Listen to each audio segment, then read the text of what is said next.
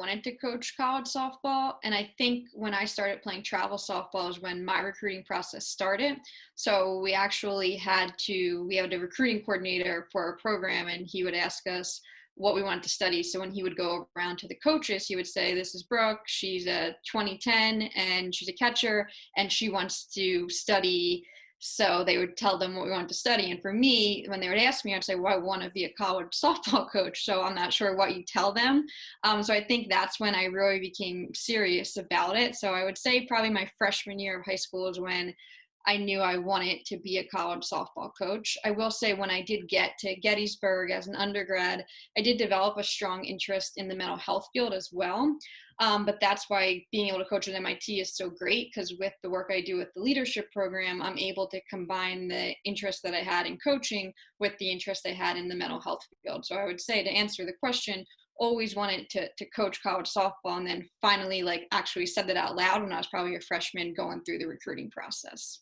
So MIT is the first place I've ever been at where I feel as we have the support to actually win a national championship.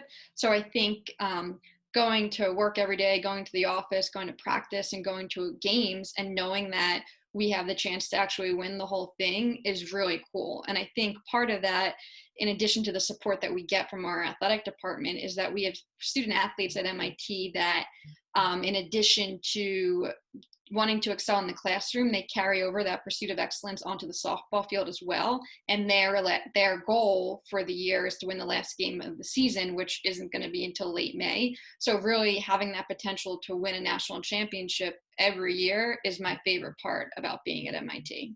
So one thing that I constantly try to remind myself is that being a D3 student athlete is hard. You're pulled in a lot of different directions. A lot of our athletes have jobs on campus, they're doing research, they're in Greek life, and they're involved in so many different things. So they're constantly being pulled in a lot of different directions. So I really try to remind myself that not every day is going to be easy for them. And what I try to tell our players is that it's okay to have off days. It's okay to come to practice and feel like there's a million things happening at once.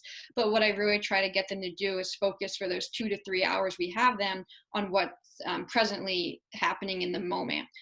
One thing I also try to encourage them, if they are frustrated about something, I tell them to kind of let it all out. So we started journaling this year because I'm a big believer if they had a bad practice or they had a bad day, they have to get that out. They have to get that at least pen to paper and feel that release of all the emotions coming out. So that's one thing that I think I wish I would have had as a D3 student athlete, as a coach telling me, hey, it's okay to have an off day. However, you also need to kind of figure out a way to process that. So like I said, with the journaling, I think that helped our program a little bit this year, because we had individual players who would be frustrated and would be bottling it up, but we kind of had that physical release for them. But the one thing I constantly try to do is just remind myself that I was in their shoes not too long ago, and it is tough, and kind of have that empathy piece for them. So I'm really big into fundamentals. The first 30 to 45 minutes of every one of our practices looks the exact same. So we go through a full warm-up progression, which includes not just throwing and catching, but it includes base running fundamentals, it includes outfield work, it includes infield work, catching work. So the first 30 to 45 minutes, we're constantly working on the little things of the game, because the games of baseball and softball, I'm a huge believer, are such routine concepts. So if you can start to master the little things, it's going to make the bigger things that happen in games come a lot easier.